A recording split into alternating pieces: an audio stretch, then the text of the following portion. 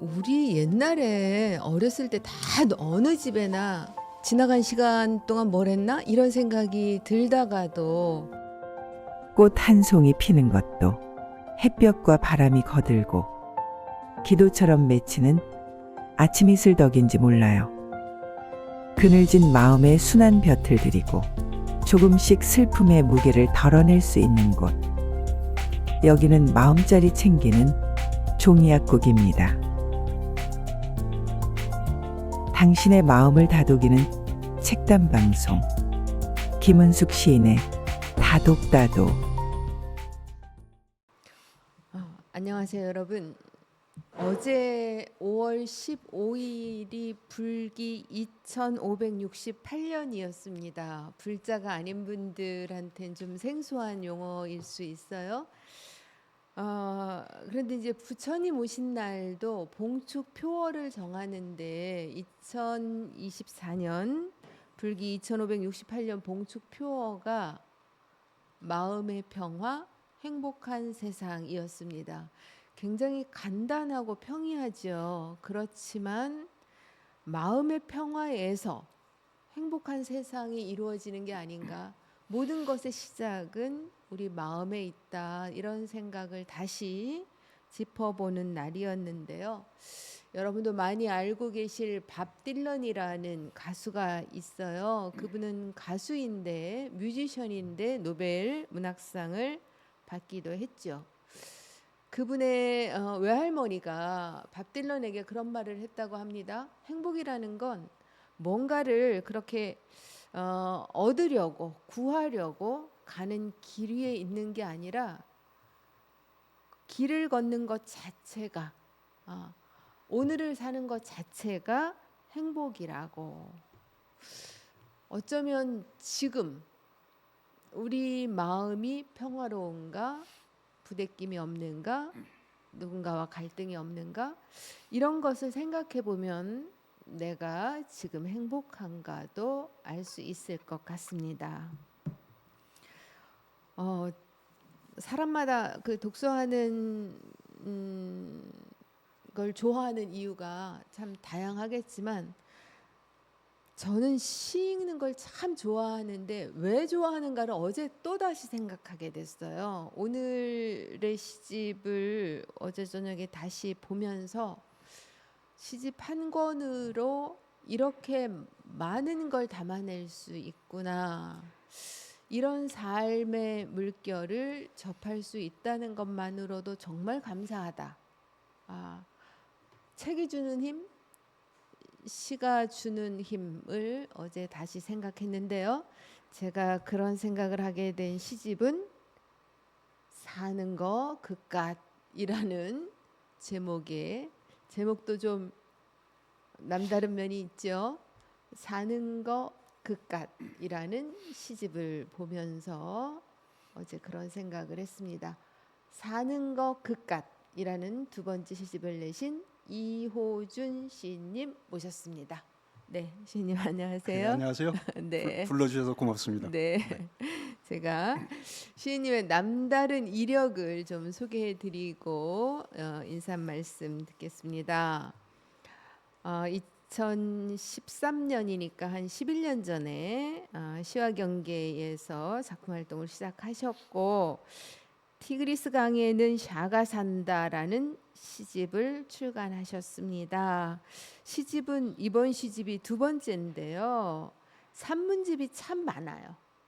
산문집 사라져가는 것들, 잊혀져가는 것들 1, 2권이 있고 세상에서 가장 따뜻한 안부, 자작나무 숲으로 간 당신에게 이런 산문집이 있습니다. 그러니까 산문집이 4권인데 그것 말고 이호준 시인님의 좀 남다른 면은 기행 산문집에서도 보여질 게 아닌가 이렇게 짐작이 되는데 기행 산문집 클레오파트라가 사랑한 지중해를 걷다. 아브라함의 땅 유프라테스를 걷다. 문명의 고향 티그리스 강을 걷다. 나를 치유하는 여행. 세상의 끝 오로라 등을 펴냈습니다. 여러분 이 기행산문집 제목 듣고 무슨 생각이 떠오르시나요? 질문할 거 있으시면 궁금한 점 있으시면 댓글 참여해 주시면 되는데 오늘 시를 나눌 것이기 때문에 시인께서 읽어주셨으면 좋겠다고 생각하는 시가 있어도 댓글로 남겨주시고요. 지금 제가 여러 가지 기행산문을 내셨다고 하는데 그런 것과도 관련해서 시인께 궁금한 게 있으면 또한 댓글로 남겨주세요. 여기에는 드러나 있지 않지만 오랫동안 신문사에서 기자로 계셨고 국장까지 역임하신 이력도 있으십니다. 자, 사는 것 그깟이라는 시집으로 청주까지 먼 길 오시게 해서 송구하면서도 꼭 청하고 싶었던 시인이십니다. 시청하고 계신 분들께 인사하실까요? 예, 예, 안녕하세요. 시인 이우준입니다. 이 행사를 위해서 저도 어제부터 설렜는데 4시간 반을 달려서 여기까지 왔습니다. 그러니까 제가 4시간 반을 달려서 왔다고 강조하는 건 여러분들이 응원을 많이 해달라고 네. 약간의 그 투정을 하는 겁니다. 네. 아무튼 저로서는 뭐 이런 자리에 앉을 수 있어서 참 영광이고요. 네. 불러주신 분들께 다시 한번 감사드리고 끝까지 제가 갈 때 또 먼 길이지만 가벼운 마음으로 갈 수 있도록 뭐 질문 응원 많이 부탁드리겠습니다. 네. 고맙습니다. 여러분 많이 댓글 참여해 주세요. 제가 전에 보니까 이렇게 보기만 하시는 분들이 있거든요. 그거는 로그인을 못해서 댓글을 못 쓰시는 분들이 계십니다. 귀찮으셔도 로그인해서 댓글 남겨주시면 고맙겠습니다. 사시는 곳은 파주예요. 예, 지금 예. 주거지라고 그러죠. 집이라고 네, 하기보다는. 네. 저희 청주하고 비교하면 파주는 굉장히 위쪽이거든요. 예, 접경 예. 지역입니다. 네, 그 파주라고 하면 벌써 느낌으로 굉장히 북에 가까운 데까지 올라갔다. 북한 보여요. 아, 산들 보입니다. 산들. 네. 거기에 봄도 아름답죠. 어떤가요? 네, 거기가 한강 완전 하구. 네. 그러니까 이제 조강이라고 그러죠. 그 강의 할아버지. 네. 그 이제 바다와 합쳐지는 네. 곳이니까 강가를 이렇게 가다 보면 참 아름답습니다. 그리고 네. 봄에는 특별히 그 겨울 봄에 철새 도래지 중에 굉장히 유명한 곳이거든요. 한강하구가. 네. 그래서 네. 이제 철새가 떠나야 봄이 제대로 왔다고 그래요. 파주의 봄. 네. 특별한 곳입니다. 철새를 예. 보고 짐작하고. 네, 네. 네. 원래 다독다독이 수요일이 방송인데 5월은 유난히 수요일이 쉬는 날이 많았어요. 그랬죠. 일일이 노동절이고 그 다음이 또 이번 같은 경우에는 어제가 석가탄신일이고 그래서 목요일에 하다 보니까 오늘 날짜가 5월 16일.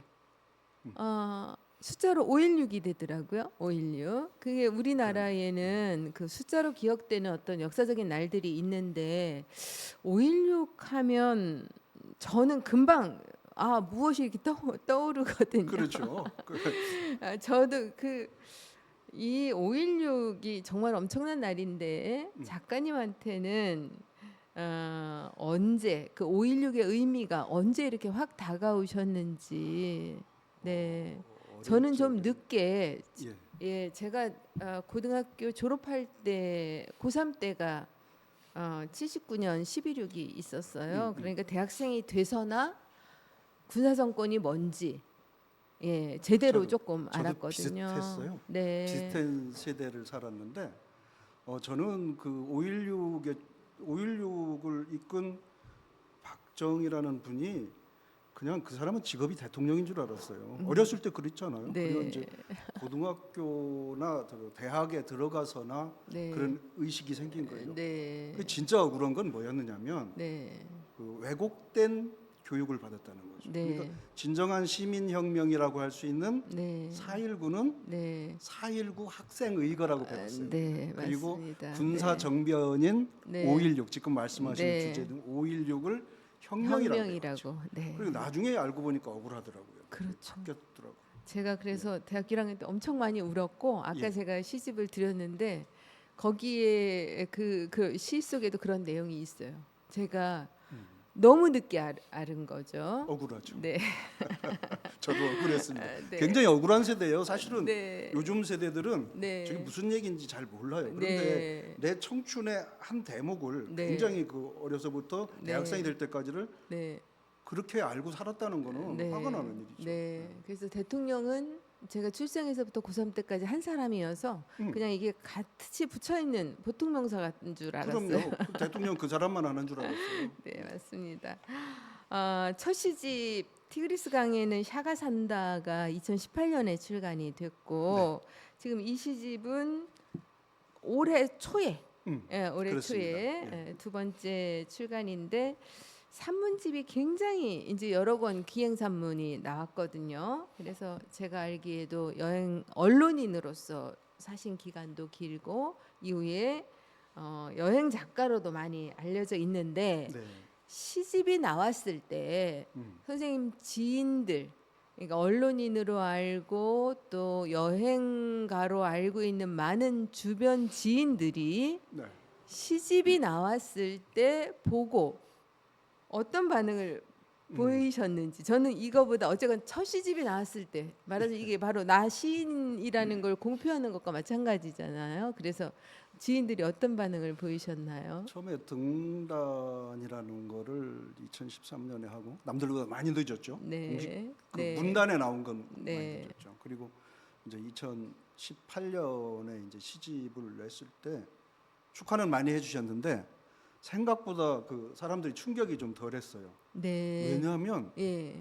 저는 그때 이미 책을 뭐 다른 걸 1년에 한 많이 권씩 내고 냈으니까. 네. 또 유명하다면 유명한 네, 작가였고 네. 또 SNS에서 네. 거의 시 같은 거를 자주 올렸기 때문에 네. 사람들이 아직도 시인이 아니었었어? 이렇게 아. 묻는 사람도 있었고 시집을 냈을 때도 네. 그 많은 책 중에 하나로 묻혀버리는 아주 억울한 저는 억울한 게 왜 이렇게 많죠? 5.16도 억울했는데 네. 그런데 그 이제 아는 농담이고 참 네. 많은 분들이 축하해 주시고 같이 네. 기뻐해 주시고 네. 또 시가 좋다고를 뭐 당연히 해주셨겠지만 네. 그런 말씀을 해주셔서 많이 힘을 얻었죠. 네. 그 다른 산문집이나 기행 산문집 냈을 때보다는 네. 대중적 그 뭐랄까 박수가 좀 더 컸어요. 훨씬. 예. 네. 네. 이번 시집을 읽으면 저는 굉장히 여러 지점에서 감탄을 많이 했어요. 고맙습니다. 근데 선배 시인님께서 감탄하셨다면 또 이게 아까 이제 제가 언뜻 이 시작 전에 새가 많이 나온다 말씀을 드렸는데 네. 새라는 그 특징이 그 이동성에 있는 그렇죠. 거가 예. 있잖아요. 예. 날개가 있다는 거. 그래서 선생님 안에 갖고 있는 어떤 날개짓 같은 느낌, 어딘가로 떠나거나 또 떠난 다음에 그리움을 갖고 다시 원래 공간을 그리워하거나 네. 근원에 대한 그리움을 갖고 있거나 이런 것이 참 많이 느껴졌어요. 떠돌거나 어딘가로 향한다는 느낌. 네. 그것은 때로는 밖을 향하기도 하고 때로는 안을 향하기도 해요. 네, 내면을 그렇습니다. 향하기도 그렇습니다. 하고 머물고 그리워하고 이런 마음들이 정말 이렇게 잘 또 걸러져서 뭐랄까 이 온기로 일궈낸 감성의 화토불 같은 지점도 있으면서 그 곁에 지나가는 누구나 다 불러들이는 것 같아요. 때로는 구름, 식탁의 구름도 비바람도 불러들이는 것처럼 그 감성의 화토불 곁에 수많은 자연까지도 이웃이나 동물까지도 가리지 않고 다 불러들여서 대화하고 다독이고 그러면서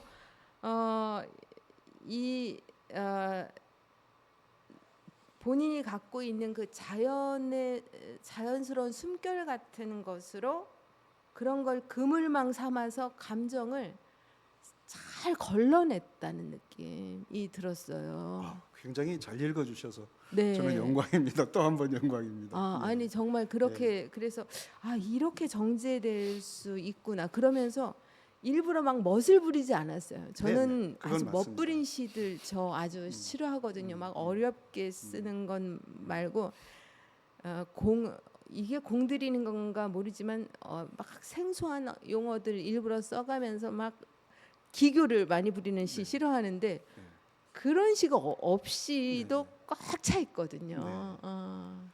그러니 제가 이제 이 낯선 분임에도 불구하고 청해서 꼭 말씀을 네. 나누고 싶었고 먼 곳에서 이렇게 와주십사 부탁을 드렸답니다. 기쁘게 왔습니다. 네. 그래서 이번 시집이 네.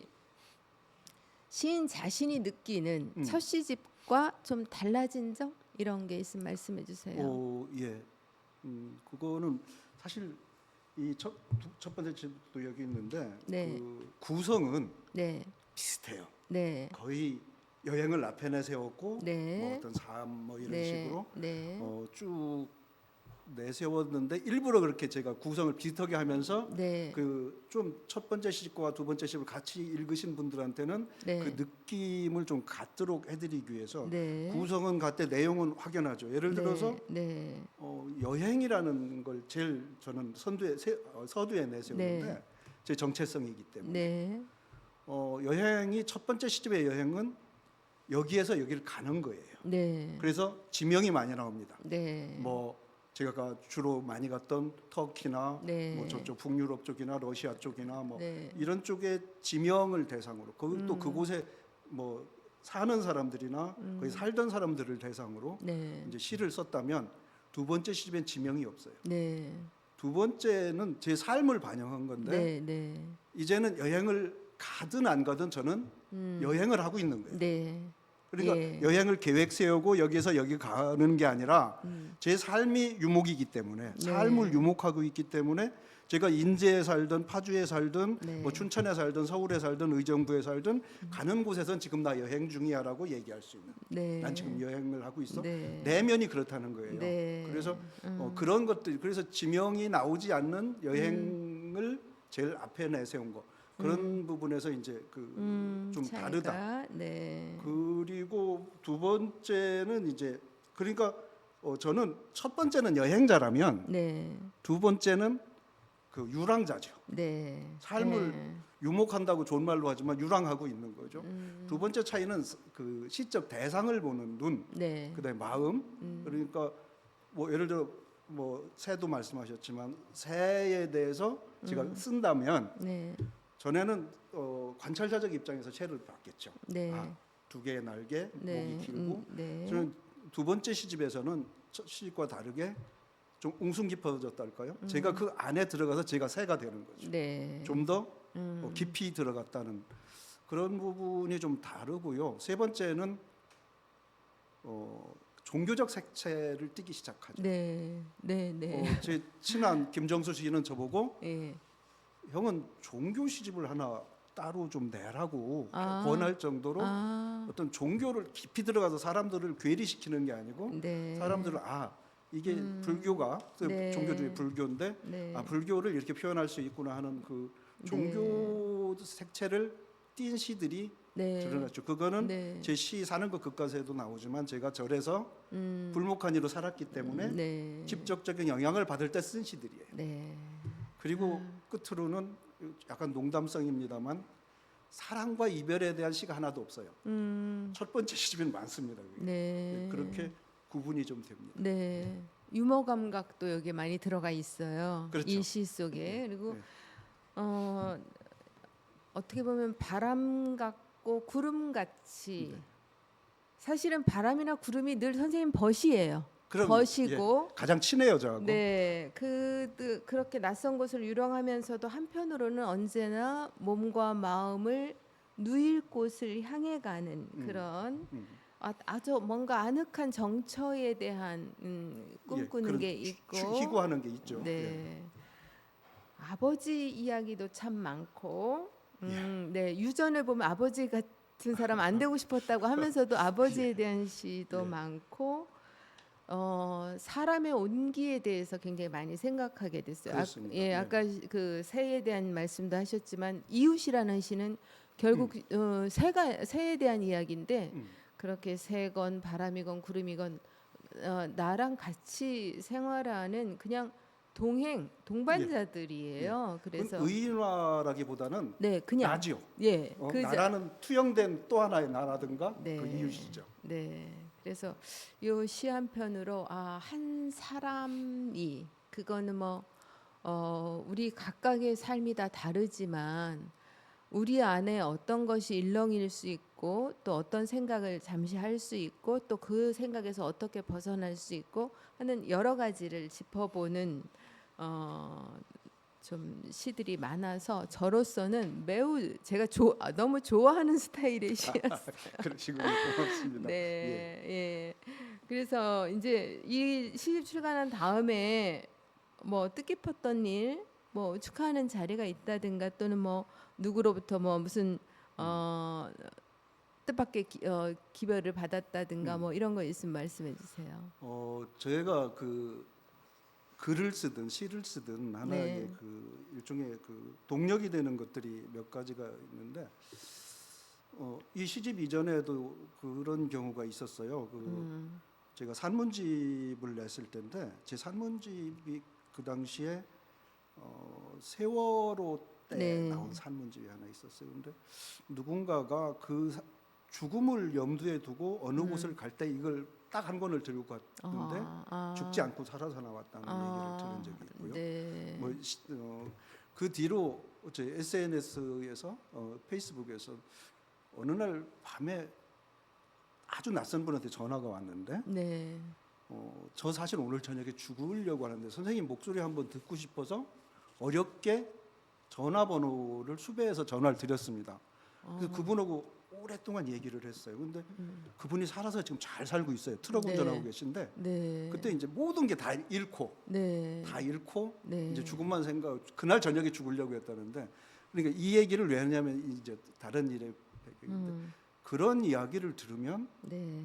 제가 제 스스로 제가 쓰는 글이 아니고 제 글로 인해서 제가 살아가는 것 같은 한 단계 더 나가서 네. 글을 쓰려고 사는 게 아니라 글이 있기 때문에 그 글이 저를 끌고 가는 것 같은 느낌이 드는데 이번에도 어느 분이 오셔서 자기 딸이 많이 방황했는데 제 시집 이번에 나온 시집을 읽고 많이 좋아졌다고 그러셔요. 네.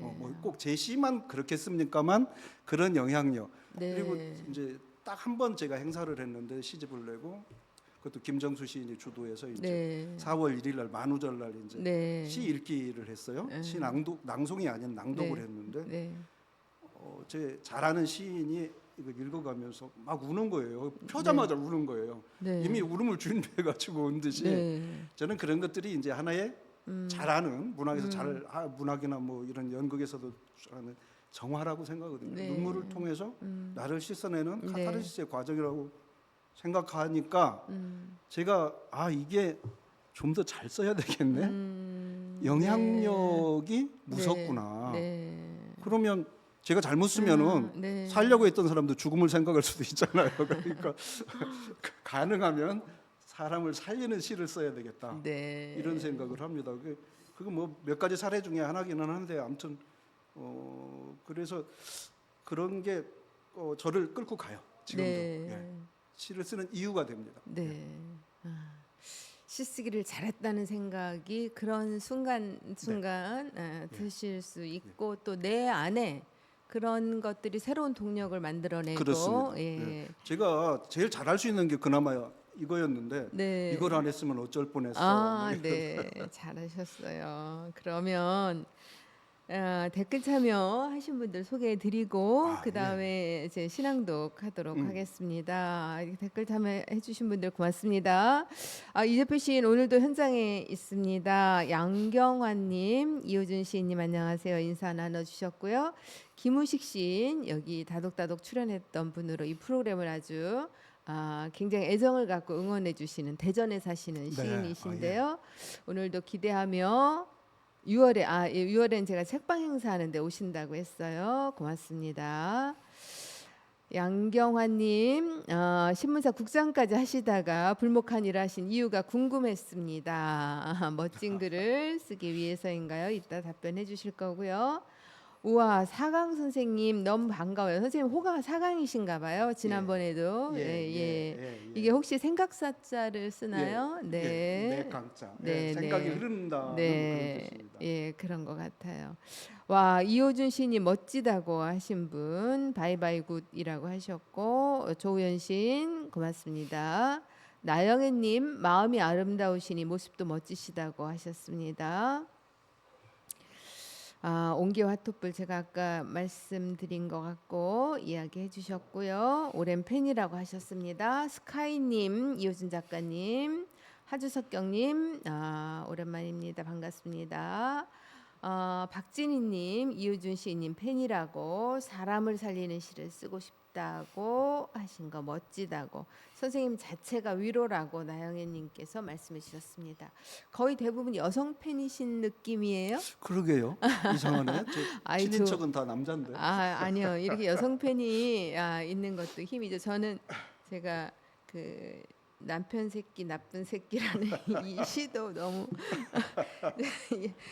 어제 읽고 싶은 시에서 하나를 이거 막 바꾸고 막 이랬는데 읽고 싶은 시가 그렇게 많아요. 제가 그러면 이제 아이고 벌써 26분이네요. 시 선생님 시인님 시부터 낭독 시작하겠습니다. 여러분 같이 들어주시고요. 시 낭독에 대한 것도 댓글로 남겨주시면 고맙겠습니다.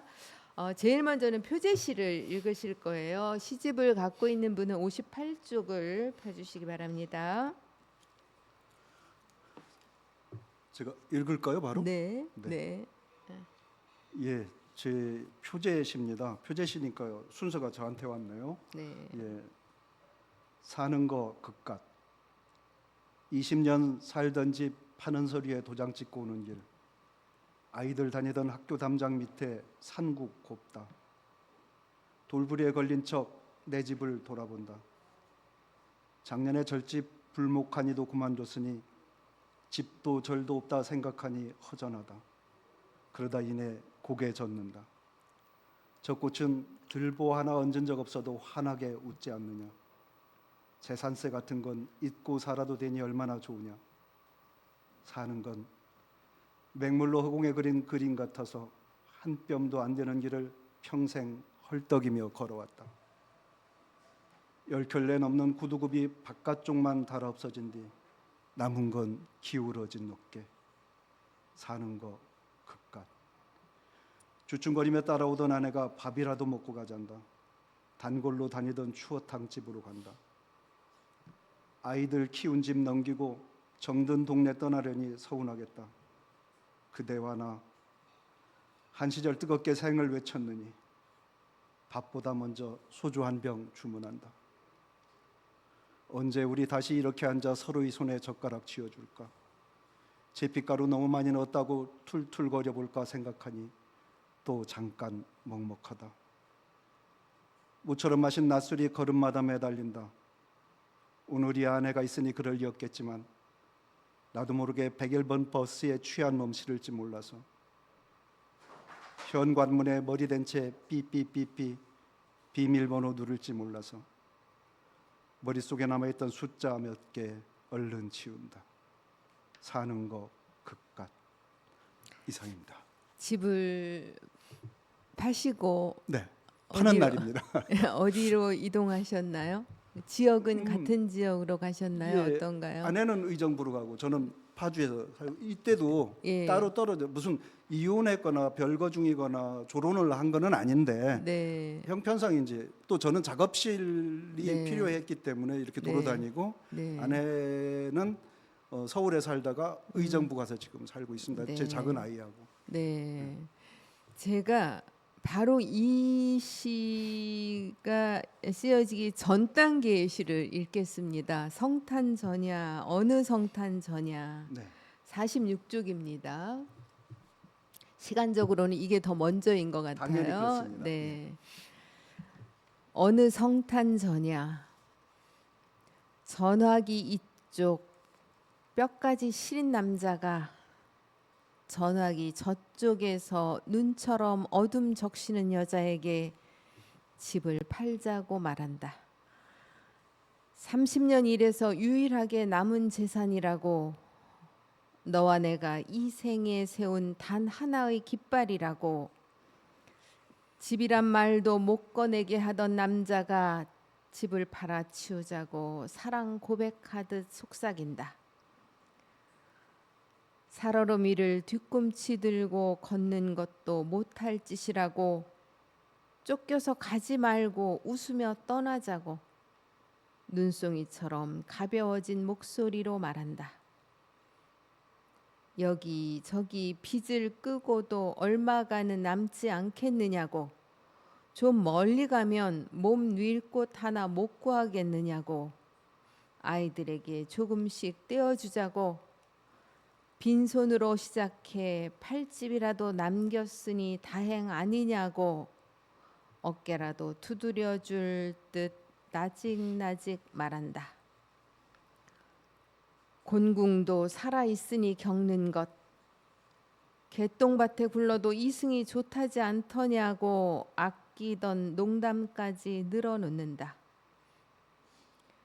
하루 두 끼 굶어도 빚 같은 건 절대 지지 말자고, 남은 날들 못 만난 듯 지우다 가자고, 더는 가난 때문에 가난하게 울지 말자고, 오늘 아침 새로 돋아난 섬이라도 발견한 어부처럼 너덜거리는 가슴 성글게 기우며 웃는다.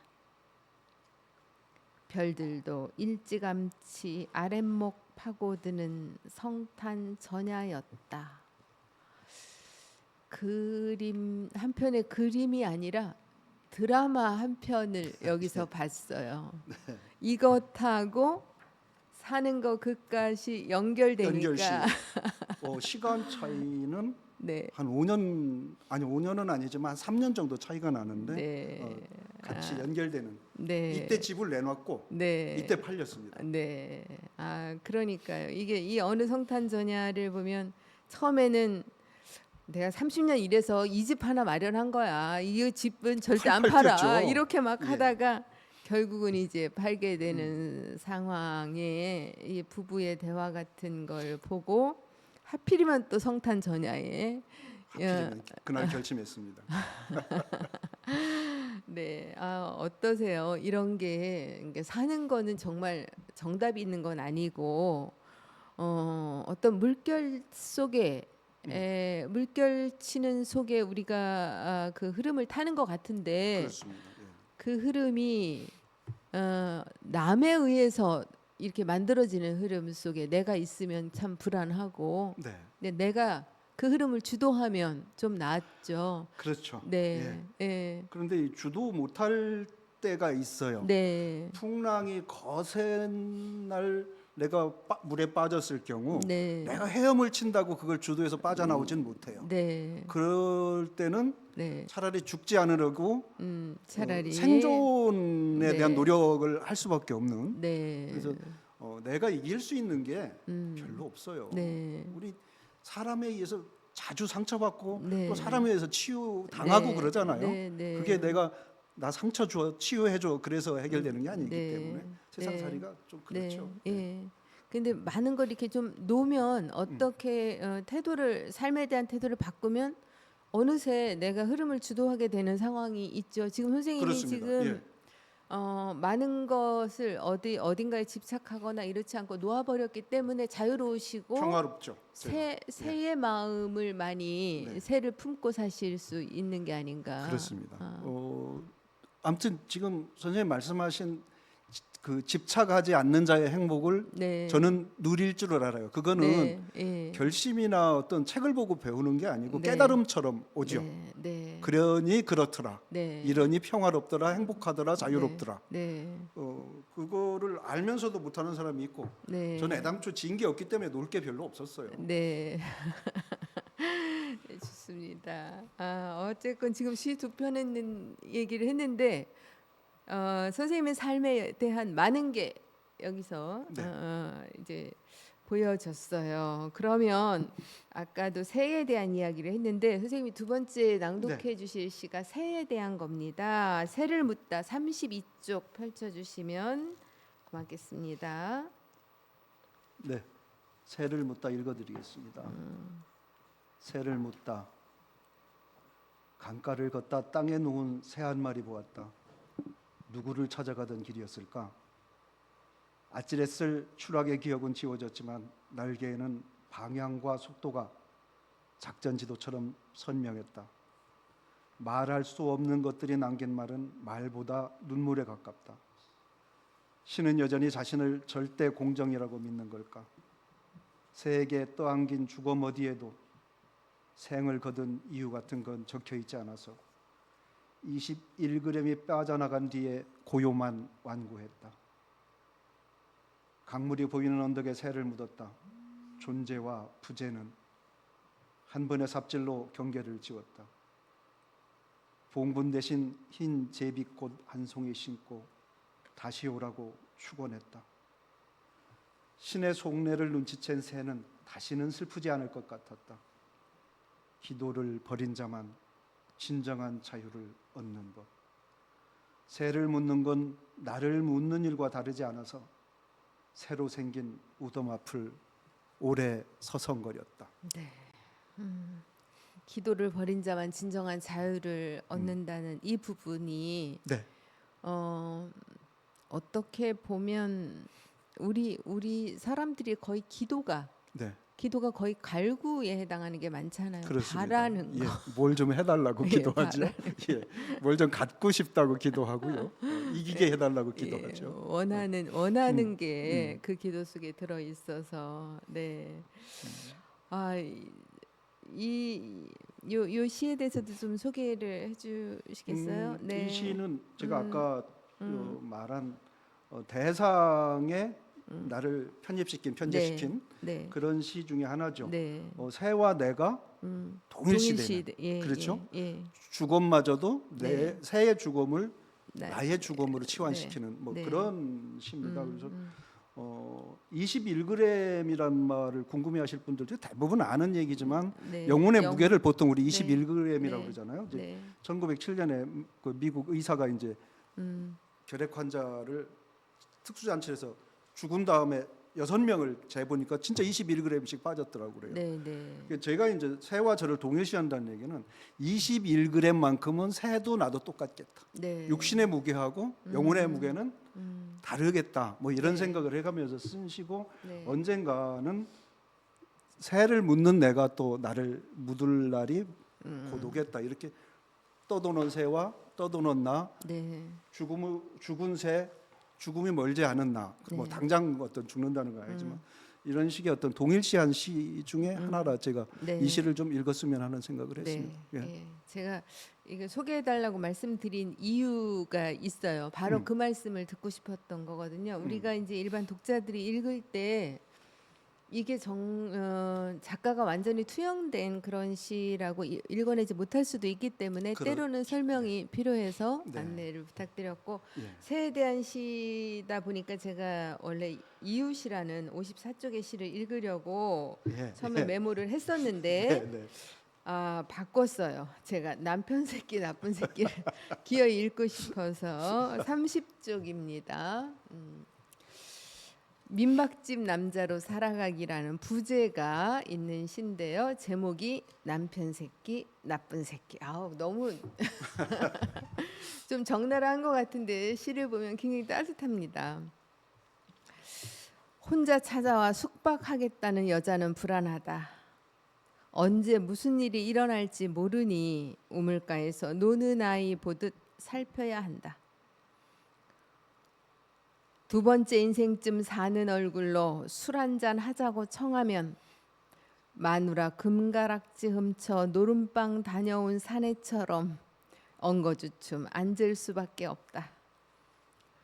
서너 잔 마신 술을 못 이겨 남편 새끼 나쁜 새끼 험한 말이라도 나오면 그때부터 안심이다. 그런 여자에게서 욕설도 희망이라 사고를 치지 않는다. 당신 같은 사람과 하루만 살면 원이 없겠다고 눈 반짝이면 튈 준비를 해야 한다. 그런 밤에는 술을 아무리 마셔도 취하지 않아서 속죄하는 마음으로 내내 뒤척인다. 눈 어두운 여자 또 하나 속였기 때문이다.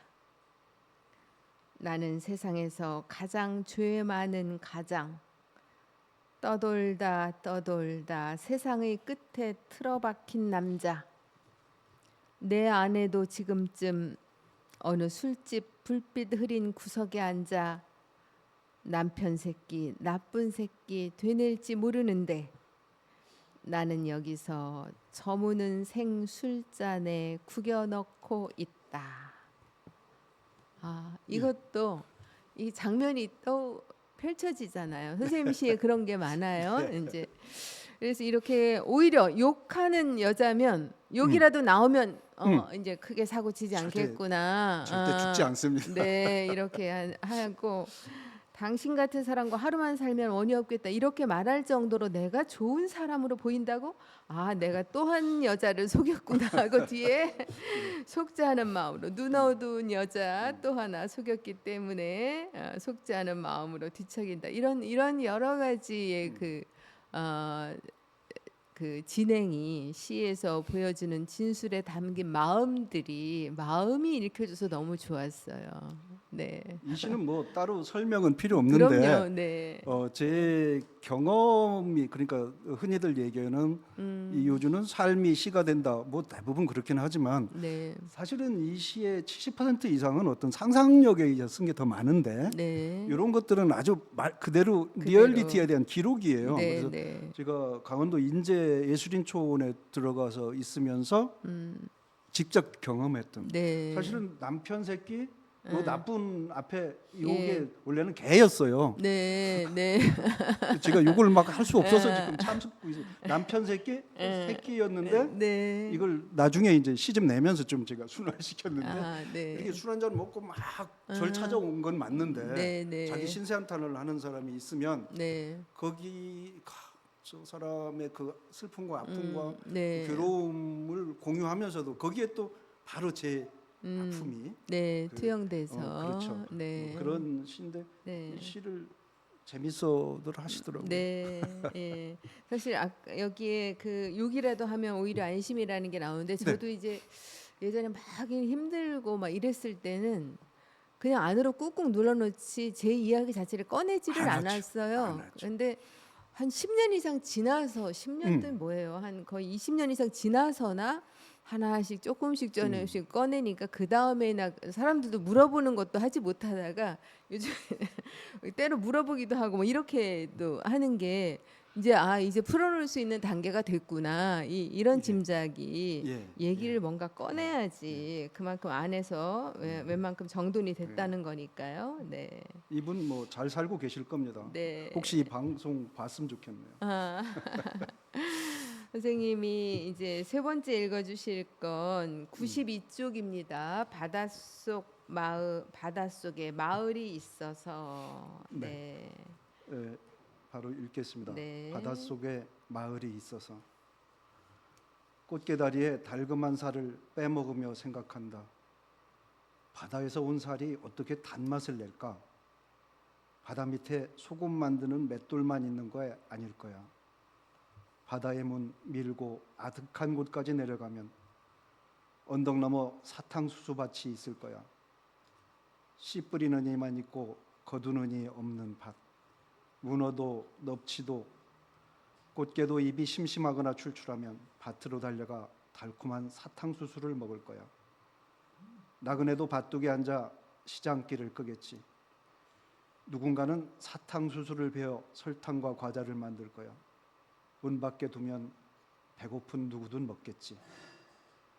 오늘 또 바닷속 마을에 하루가 저물어 가장들 노을 지고 사탕수수밭 사이길로 돌아오면 아이들 부르는 엄마 목소리 고사철 달리고 부채 접은 노인들 늘티나무 그늘을 개겠지. 지상에서 잃어버린 풍경 모두 바다로 갔을 거야. 네. 여기까지입니다. 네.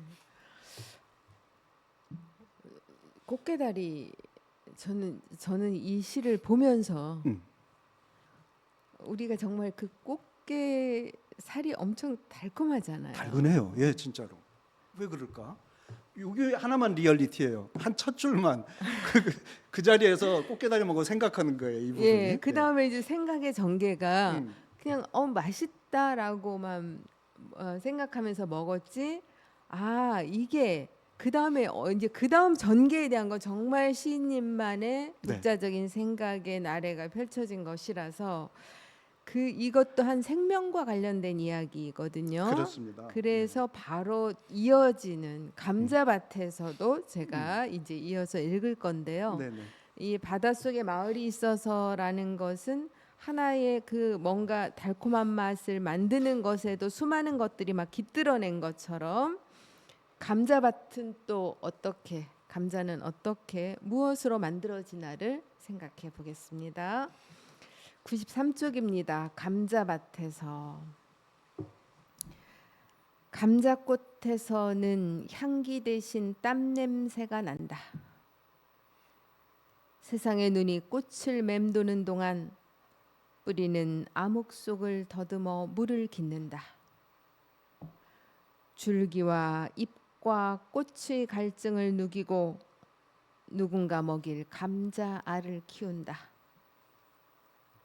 생각해보면 귀한 건 모두 어둠이 낳는다. 단비는 먹장구름이 낳고 풀과 나무의 씨앗은 땅 속에서 발아한다. 아이는 캄캄한 자궁에서 자라고 희망은 절망 속에서 싹튼다. 막장 같은 날조차 괜히 오는 게 아니라고 땀 냄새 그윽한 감자꽃이 설한다. 이 시도 참 멋졌습니다. 바닷속에 마을이 있어서도 그랬지만 이 감자밭 같은 경우도 네. 우리가 일상으로 먹는 사실 감자, 고구마 이렇게 땅 속에서 연그러지는 이런 것들이 그 생각해 보면 귀한 건 모두 어둠이 낳는다. 그 네. 땅 속에서 연그러지는 것들이 그 어둠을 이겨내서 이겨내고 예, 예. 나오는 그런 희망을 주고 싶었어요, 사실은. 네. 지금 네 오늘이 어두워도 네. 분명히 너는 지금 네. 위대한 일을 하고 있다. 뭐 네. 이런. 그래서 희망은 절망 속에서 싹튼다. 막장 같은 날조차 괜히 오는 게 아니라고 이렇게 말씀을 시인께서 하셨습니다. 이렇게 이제 편편히 낭독을 저희가 이제 시님하고 제가 6편을 낭독을 했어요. 네. 현재 하주석경님이 또 한 편 읽어달라고 하는 게 있는데 이것을 이따가 끝부분에 다시 낭독해 드리기로 하겠습니다. 네. 염화미소 저도 이 시 참 좋아하거든요. 염화미소 시인님이 낭독하시고 저도 한편 다른 거 낭독하고 이따 끝부분에는 여기 현장 참석하신 분들의 신앙독도 한 편 부탁드리도록 하겠습니다. 그 전에 잠깐 쉬시라고 제가 웬만하면 이 뒤에 있는 표사 소개 안 하거든요. 그런데 표사 한 부분을 유군 시인의 표사가 너무 아름다워요. 네. 그래서 제가 지금까지 여기 출연하신 분들이 많아도 표사를 소개해 준 적이 없거든요. 네. 근데 잠깐 소개하겠습니다. 멀리서 몸을 추스린 능선 같고 가까이서 등을 내어미는 지붕 같다. 삶이 그대로 언어가 되고 악기가 된 사람. 시인 이호준의 시에는 욕망의 흔적이 보이지 않는다. 세속이 그를 욕망하였으되 시인의 언어엔 그물에 걸릴 망설임조차 머물지 않는다. 시대의 중심과 주변을 두루 떠도는 여행자답게 그가 늘 반걸음 앞에서 우리에게 보여주는 별자리엔 따스한 눈물과 체온이 깃들어 있다. 인간에 대한 사랑 아니고 무엇이랴. 이토록 깊고 기쁜 시가 아직 살아있다. 눈물겹다. 유군 시인 눈물 많은 유군 시인. 예. 네. 네, 울어가면서 쓸 겁니다. 그래서 이것도 시인님을 정말 잘하는 사람이어서 나올 수 있는 예. 그런 글이라는 생각이. 그래서 주변에 진짜 잘하는 지인이 있다는 게 굉장히 소중한 것 같아요. 그렇습니다. 네. 이제 시인님의 신앙도 염화미소 104쪽 네, 부탁드립니다. 읽겠습니다. 뭐 네, 저를 아는 사람들은 이게 누구 얘기라는 거 다 아니까. 네, 네. 염화미소. 나와 함께 사는 개는 일찌감치 귀가 열려서 어지간한 말은 다 알아듣는데 마음 내키지 않으면 듣고도 못 들은 척하기 일쑤. 밥 먹자 하면 먼 산 바라기나 하다가 내가 안 보일 때 우연히 발견한 척 먹는다든가 산책 가자는 말이 떨어지기도 전에 목군 물고 앞장서는 것이어서 대체 안에 뭐가 들어있는지 궁금한데 열린 귀와 눈은 쓰는 데가 따로 있어서 남쪽에서 올라온 바람 앞에 앉혀놓고 섬진강 천매와 핀 소식을 꼬치꼬치 묻는다든가 보름달이 중천쯤 지나는 밤이면 개수나무니 옥토끼니 안부 묻느라 수다스럽고 뜬 건지 감은 건지 모호한 눈으로 천리방 내다보며 날씨를 점쳐보기도 하는데 어쩌다 온 손님들 소주잔 앞에 놓고 개에게 불성이 있느니 없느니 중구난방일 땐 석가세존 꽃을 꺾어 들기도 전에 슬그머니 돌아앉아 혼자 웃기도 하는데 여기까지입니다. 네, 사진을 봤기 때문에 아리의 모습이 저도 예. 이걸 보면서 이 시를 읽으면서 계속 아리가 머릿속에 떠오르면서 이걸 읽게 됐거든요. 제가 조금 착각한 게 저는 그 앞에 신고려장이라는 시에 네, 그 네, 네. 버려진 예. 유기견이 아리인가 이 생각을 했었는데 아까 여쭤보니까 아니라고 절에서 또 하셨어요. 따로 그 유기견을 제가 돌봤습니다. 예. 네. 저도 반려견 둘을 같이 아. 우리 노견이에요. 지금 14년 차. 이제 그래서 예. 어르신들을 제가 모시고 있다 보니까 지극정성이 필요하죠. 네, 굉장히 많이 이렇게 돌봐드려야 되고 요새 이제 조금 걸음걸이를 보고도 여기가 안 좋은가 보다 하고 이제 그렇죠. 관절도 예. 문제가 있고 네. 눈도 문제가 생기고 눈도 네, 그리고 이제 뭐 먹이가 조금 떨어져서 잘 못 찾아요. 그러니까요. 그죠. 예. 코도 뭐 많은 게 예. 지금 기능이 떨어졌는데 이제 심장도 안 좋아서 심장 판막증까지 네, 있어서 매일 아침 산책을 시키는데도 힘들어하면 제가 이제 주로 안고 또 걸었다가 내려놨다가를 반복하다 보니까 그럼에도 불구하고 우리는 이런 반려가 필요하다. 예, 이런 반려견들이 주는 위안이 정말 지대해서 저에게 그럼요. 그래서 아리가 저는 없었으면 이런 시가 나왔겠어요. 그렇죠? 네, 좋습니다. 저는 26쪽에 17 서울역에 잠들다를 낭독할 건데요. 그 다음에는 유전이라는 시를 읽을까도 생각했는데 이따가 아버지에 대한 시 이따가 또 한편 읽을 것이라서 26쪽 17 서울역에 잠들다. 새벽 4시 40분 앳된 얼굴 하나 서울역 대합실 긴 의자에 엎드려 잠들었다. 안테나 같은 엉덩이 허공에 걸쳐놓고 청진기 같은 무릎 바닥에 기대어 놓고 먼 길 지고 온 잠은 무덤 속처럼 고요하다. 나무 의자를 중간중간 갈라놓은 쇠붙이가 등뼈의 접근을 거부한다.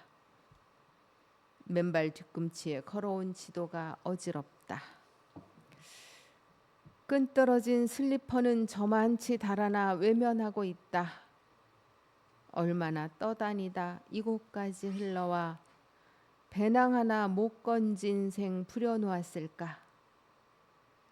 허리 구부려 거짓말 같은 잠에 귀 기울이면 여전히 고르게 떨리는 등판, 이불 한 장 덮지 못하는 잠에도 단꿈은 깃들어 오래전 묻어둔 시간 꽃으로 피는지 얼굴 가무탄 엄마의 뒷모습이라도 보았는지 어깨 혼자 빙긋 웃는다. 참 고달픈 젊은 어떤 청년의 모습을 어떻게 보면 이 청년과는 한마디 대화도 안 했지만 예. 누워 자는 모습을 보고 시인께서 저 고달픈 삶에 대해서 그려낸 거예요. 그렇습니다. 그죠? 예. 음, 이게 어느 새벽에 제가 음. 멀리 일하러 가는데 네. 그날은 열차 타고 이제 가는 날인데 새벽에 네. 나가 보니까 네. 어느 한 아이 청년이라고 하기에는 너무 어린 네. 아이가 그렇게 네. 엎드려서 네. 있는데 그런데 벤치는 이렇게 중간에 철심을 네. 박아놨어요. 네. 눕지 못하게 하느라고. 네. 서울역에- 그것들을 왜 그랬나 몰라요. 서울역에 노숙인들이 많으니까 아, 좀 차라리 항의를 한답니다. 승객들이. 왜 여기서 이 사람들이 있냐? 내가 기다려야 될 곳에. 아, 이 네. 공유와 공존이 불가능한 게 우리 현실이죠. 네. 그러니까 그 아이가 눕지를 못하고 엎드려서 아, 자는데 그 순간에 쓴 거예요. 이것도 그 네. 아이 속에 들어가서 상상을 하기 시작한 거죠. 네.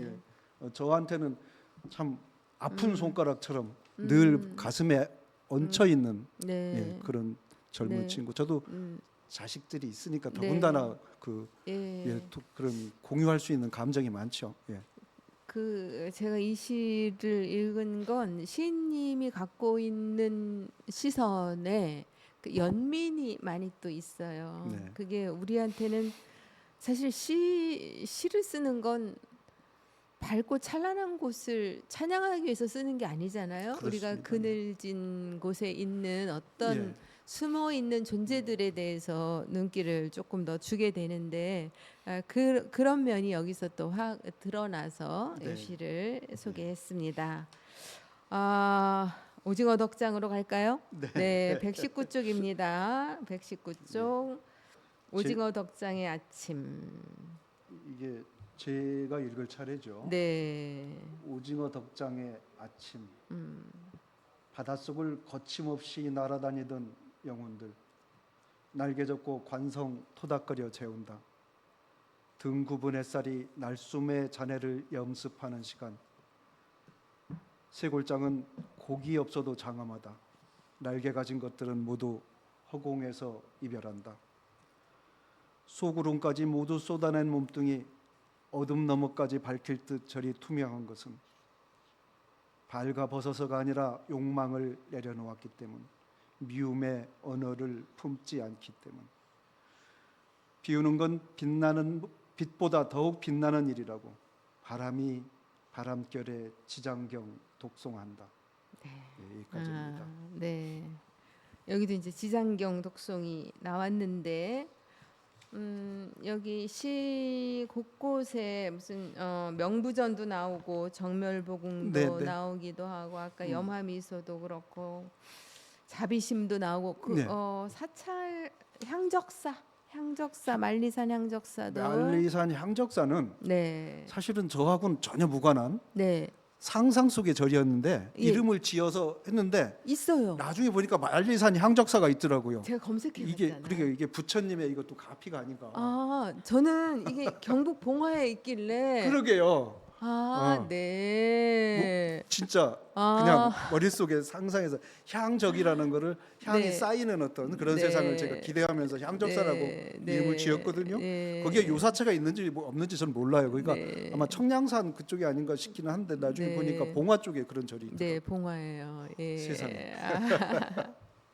예, 여기도 그렇게 좀 이렇게 벗어내는 거, 내려놓는 거, 욕망을 그렇습니다. 비우는 일에 대해서. 사실 오징어를 말리려고 걸어놓은 게 그렇게 아름다울 리는 없는데 네, 그런데 아침 해가 딱 뜰 때 그 덕장 앞에 서 있는데 네, 투명해지더라고 오징어가. 네. 해가 저쪽에서 예. 바다 쪽에서 뜨니까 저는 반대쪽에 있고 그런데 그게 저는 아주 맑고 네. 모든 걸 내려놓고 있다고. 예. 저는 오징어를 여기서 새로 만들었죠. 얘도 사실은 새예요. 네. 허공에서 헤어지는 것들은 모두 날개 가진 것들은 네, 모두 허공에서 허공에서 헤어지고 이별한다. 이 얘기가 네. 오징어와 새를 동일시시켜서 어떤 자유를 향한 어떤 그런 네. 영혼 같은 걸 그리고 싶었는데 네. 아무튼 제 눈에는 아름다웠습니다. 네. 제가 한 편 더 읽고 여기 60쪽에 히말라야를 넘는 새들 낭송 부탁한다고 하주석경님이 요청하셨기 때문에 제가 한 편 읽고 시님께서 60쪽에 있는 시 한 편 또 네. 부탁드립니다. 네. 저는 78쪽에 저 이번 역에 내려도 될까요? 라는 걸 읽을 텐데요. 아버지에 대한 시가 많았고 아까 유전이라는 시를 비롯해서 여러 편이 있습니다. 78쪽 시를 읽겠습니다. 저 이번 역에 내려도 될까요? 아버지는 그쪽에 가서도 이방인이다. 이쪽에서는 정착민속을 유목하느라 경계를 오가더니 그쪽에서는 이쪽에 눈을 떼지 못한다. 나이 들수록 난 아버지 기척을 자주 느낀다. 수척하고 긴 그림자가 골목 안까지 따라올 때, 목이 타는 것 같은 기침으로 자지러질 때, 뒹구는 자목련 꽃잎에 눈길이 오래 머물 때, 언덕에 서서 시선 멀리 두고 바람의 방향 어림할 때 문득 낯설어진 내게서 아버지를 본다. 아버지는 당신의 아버지에게 가장 서운했던 게 궁금한 걸 물어볼 수 없을 때였다고 고백한 적이 있다. 아버지의 아버지는 평생 세상을 떠돌았다. 자주 북선에서 잠들었고 만주벌판에서 눈 떴다. 아버지는 아버지가 없는 것과 같아서 삶이 수시로 던지는 질문을 스스로 대답하며 자랐다. 어른이 돼서는 당신의 아버지처럼 떠돌았다. 아버지가 이쪽을 맴도는 건 나 때문이다. 자신이 산 날보다 더 사는 아들이 낯설기 때문이다. 자신보다 더 멀리 떠도는 게 안타깝기 때문이다. 아들이 무언가 물어보기를 기다리는 것이다. 지하철 순환선을 한 바퀴 돌았다는 걸 뒤늦게 안 내가 저 이번 역에 내려도 될까요? 묻기 기다리며 거기 서성이는 것이다. 아버지는 이쪽에도 저쪽에도 자신을 놓지 못하는 것이다. 내가 뭔가 아버지가 아버지에게 당신의 아버지에게 물어보지 못한 것을 안에 굉장히 한처럼 품고 계셨다 보니까 네. 나는 아버지에게 수시로 질문을 던지는 게 아버지를 오히려 기쁘게 해드리는 일이어서 지금도 이런 사소한 저 이번 역에 내려도 될까요?라도 아버지에게 물어보려는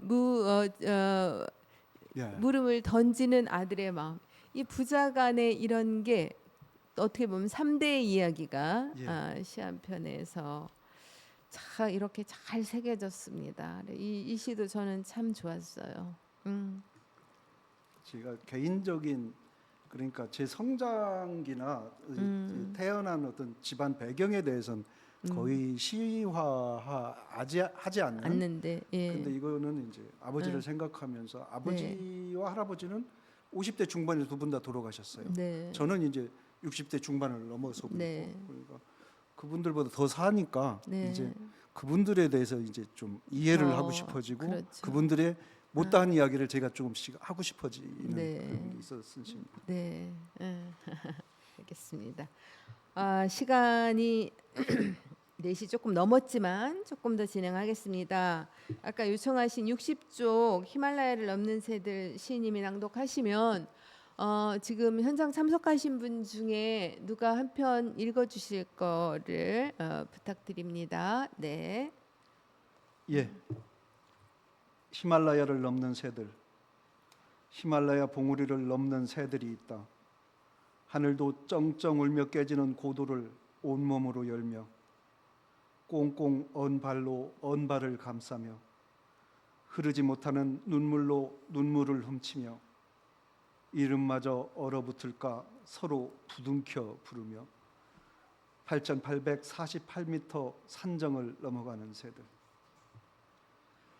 제이가 가족을 데리고 서울을 떠났다. 가게 보증금 털어먹고 인력시장 기웃거린다더니 고향으로 가는 길이라고 전화했다. 씨앗 한 번 뿌려본 적 없는 그들에게도 고향은 품을 열어줄까. 가지 말라는 말은 차마 할 수 없었다. 돌풍은 힘없는 새에게 먼저 닥치기 마련. 아무리 날개를 저어도 추락만 있다. 하늘 넓이를 재보겠다고 꿈꿔본 적조차 없었는데 더 내려놓을 것도 없어 뼛속까지 비웠는데 핏줄까지 두고 가라고 겁박한다. 일주일 넘게 제이가 전화를 받지 않는다. 네. 히말라야 봉우리를 넘는 새들에 해당되는 분이죠. 제이라는 분이 그러니까. 그렇죠. 가족을 네. 데리고 더군다나. 네. 네. 예. 음. 그런데 그가 돌풍을 맞았는지 네. 전화를 받지 않는 네. IMF와 또그 코로나 시대를 거치면서 제 안에 들어있던 그런 약자들, 세상의 네. 약자들에 대한 그냥 대표적인 이야기입니다. 네. 했습니다. 누가 낭독하실 분이 지금 자리 잠깐 나가신 거예요? 그러면 읽기 싫어서 나갔나? 아, 우리 아, 연신 네. 선생님이 읽으세요. 왜? 네. 들어오네요. 선생님이. 네. 그러면 선생님하고 말씀을 혹시 이 시집에서 여기 신앙독을 현장 참석자 하시기 전에 특별히 소개하고 싶은 시가 있으면 또 말씀해 주세요. 소개하고 싶은 소개까지는 그렇고 네. 사는 거 그깟 예. 시나 어느 성탄 전야나 이제 아까 네. 왜 나왔는지에 대해서 얘기했는데 왜 사는 거 그것이 표제시가 표제가 됐는가? 됐나? 네. 그 얘기는 잠깐 네, 하고 네. 이게 사는 거 그것이라고 하니까 사람들이 야 사는 게 그렇게 우스워? 이렇게 묻는 장난치듯하게 웃는 사람이 있는데 우스워서 그것이 아니고 네. 이 내 앞에 놓여 있는 이 벽 사는 건 늘 벽을 마주 보는 거잖아요. 네. 넘어가야 될 언덕, 네. 고개, 산, 벽 네. 이거 그깟 거 하고 한번 이 구호처럼 외치고 가자는 네. 그런 뜻인데 사실은 저는 이제 제가 표제시를 삼았던 건 뻔뻔한 유랑이었어요. 원고 넘길 때만 해도 유랑이란 말이 제 정체성이기도 네. 하고 네. 그것도 뭐 그 시도 제가 네. 또 읽지는 않았지만 네. 재밌어하는 시고 그래서 네. 근데 네. 김정수 시인이 해설을 쓰려고 이 원고를 보더니 한번 일도 하고 저하고 만났는데 그 얘기를 해요. 사는 거 그까지 좋겠다고 네. 제목이. 그래서 네. 그건 너무 개인적 서사다. 네. 개인적 서사기 때문에 내세우고 싶지는 않다고 얘기했는데 네. 뭐 좋다고 워낙 권하니까 네. 그래서 뭐 했는데 네. 네. 누가 그러더라고요. 또 개인적 서사도 공감하는 사람이 많으면 그건 시대의 서사다. 그럼요. 뭐 그런 얘기를 네. 제가 네. 바로 설득당했습니다. 네, 예. 그리고 뻔뻔한 유랑 시가 뭐 이런 여러 가지를 떠나서 제목으로 시집 제목으로 딱 본다면 사는 것 그까지 그래요. 훨씬 예. 임팩트가 예. 있어서 그래서 선배님들 말씀을 잘 들어야 이게.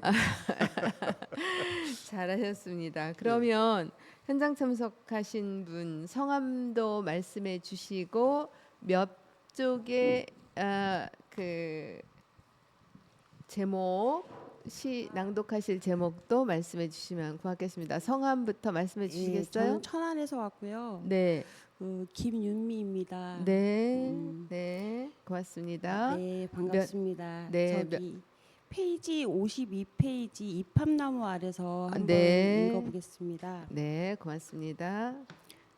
쌀밥은 평생 내게서 멀었다. 어릴 적엔 아버지가 가난해서 먹을 수 없었고 조금 자라니 쌀을 돌보듯 하라고 가르쳤다. 점심시간에 쌀만 싸온 부잣집 아들딸이 보리밖에 없는 집 아이들 도시락 앞에 비굴해지던 우스꽝스러운 시절이었다. 그 시간에 나는 자주 우물가를 맴돌았다. 군대에 가니 사람 형상을 한 쥐가 들끓었다. 높은 사람 오는 날만 보리보다 쌀이 많았다. 내 돈으로 쌀을 살만해지니 의사가 심통을 부렸다. 쌀만 먹으면 죽을 수도 있다고 협박했다. 사는 게 통증이 된 뒤로는 밥보다 술이 좋았다. 오늘 아침 빈속으로 동네 한 바퀴 도는데 나무마다 쌀밥을 고봉으로 퍼서 한 상씩 차려놨다. 저걸 어떻게 내려 먹는담? 침만 거푸 삼켰다.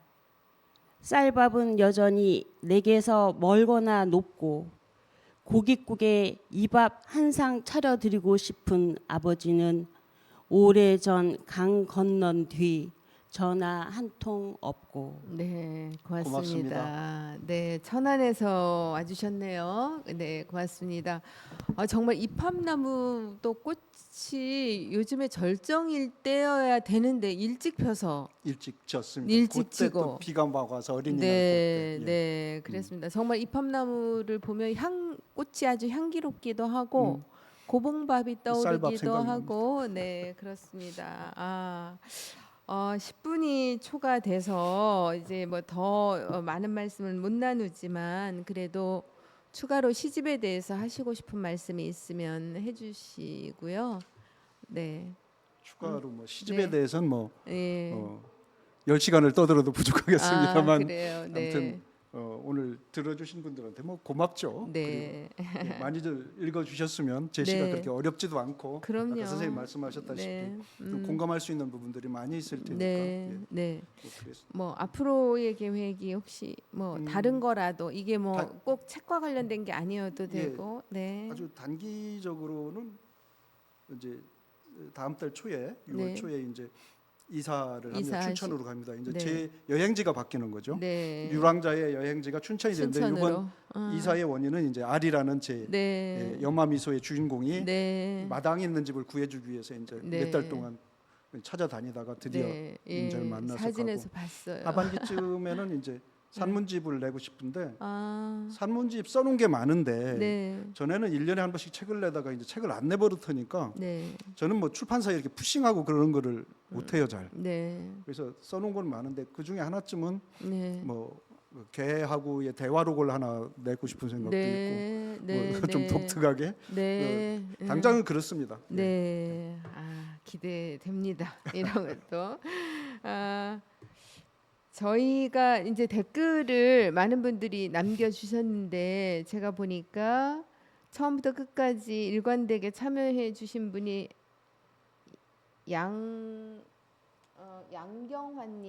양경환님이에요. 그래서 양경환님께 책 한 권 선물로 드릴 텐데 시인님의 시집은 갖고 계실 것 같아서 다른 시집을 제가 보내드리겠습니다.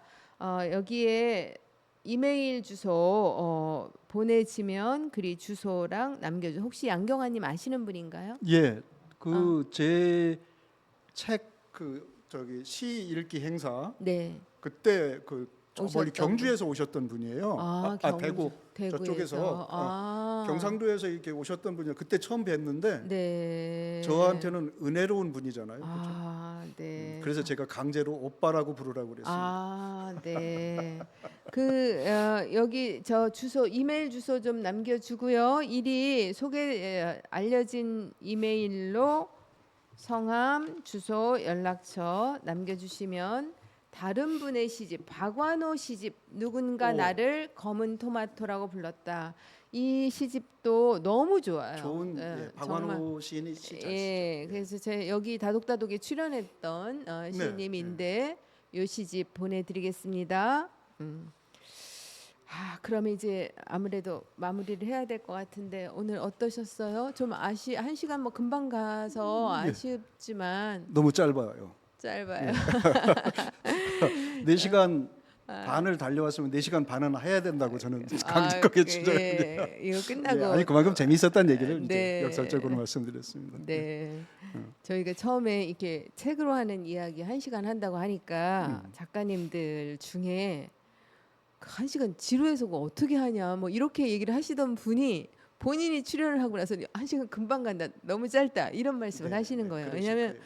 우리가 책 이야기를 할 자리가 그렇게 많지 않고 또 형식적으로 몇 가지만 말하고 말기에는 또 아쉽잖아요. 그래서 그렇습니다. 이것저것 얘기를 하다 보니까 조금 1시간 지금 15분 정도가 좀 벌써 지났지만 그렇게 됐군요. 아쉬움을 접고 오늘 시인님과의 말씀은 네. 여기서 마무리를 해야 되겠습니다.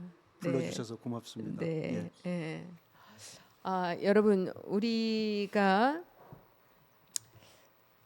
시집 한 권이 아니라 시 한 편만으로도 지금 내가 있는 지점, 지금 내가 바라보는 어떤 지점을 다시 생각해 볼 수 있고 내가 내 안에 어떤 것들이 꿈틀거리고 또 어떤 말을 하고 싶고 누군가를 그리워하고 있나가 다시 새겨지기도 합니다. 제가 저도 모르게 자주 하는 말이지만 여러분 시 많이 읽으세요. 시가 여러분을 다시 살아나게 할 수도 있습니다. 오늘 멀리 파주에서 정말 먼 길 달려와 주신 이호준 작가님 감사드리며 이 한 번으로 끝나지 않을 것이라고 제가 짐작이 됩니다. 많은 분들이 기대하는 만큼 이호준 작가님의 앞으로의 날들이 새처럼 바람처럼 또 구름같이 자유롭기를 그리고 무엇보다도 따뜻하기를 바라면서 오늘 다독다독 마치겠습니다. 고맙습니다. 감사합니다. 우리 옛날에 어렸을 때 다 어느 집에나 지나간 시간 동안 뭘 했나 이런 생각이 들다가도 꽃 한 송이 피는 것도 햇볕과 바람이 거들고 기도처럼 맺히는 아침 이슬 덕인지 몰라요. 그늘진 마음에 순한 볕을 들이고 조금씩 슬픔의 무게를 덜어낼 수 있는 곳. 여기는 마음자리 챙기는 종이약국입니다. 당신의 마음을 다독이는 책담 방송 김은숙 시인의 다독다독.